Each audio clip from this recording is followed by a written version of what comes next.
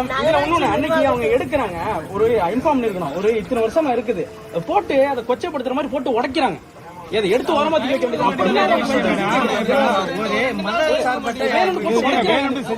அது ஒரு இஷ்யூவாக கூட உங்களுக்கு தெரியாம ஒரு முன்னறிவிப்பு எந்த அறிவிப்புமே அறிவிக்கல.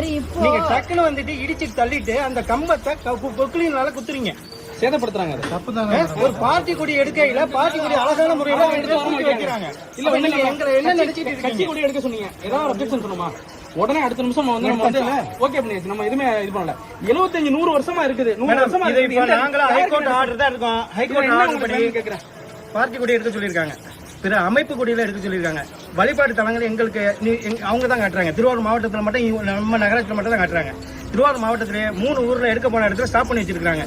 இரவாஞ்சேரியில எடுக்கல, கொடிக்காப்பாளையத்தில் எடுக்கல, முத்துப்பேட்டையில எடுக்கல, கூத்தாண்டூர்ல மட்டும் 300 தரமா எடுத்திருக்கேன். அதை உள்ளடங்கி வந்து அவர் தம்பி கேட்டது மாதிரி 2 அடியில இருக்கு ஹைவேக்கு, அதுக்கும் 2 அடி போஸ்ட் உத்தரவாதி கோயில் வாசல்ல பெரிய கம்பமா கட்ட கட்டி வச்சிருக்காங்க. அதெல்லாம் எடுக்காம உள்ள வந்து ஒரு மதச்சார இதுல வந்து டக்குனு வந்து எடுத்துன்னா என்ன அர்த்தம் எங்களுக்கு தெரியும்ல. அப்ப எங்களை நீங்க எப்படி அடைச்சிருக்கீங்க? போராட்டத்தை சொல்றீங்களா? என்ன நினைச்சுக்கிறீங்க?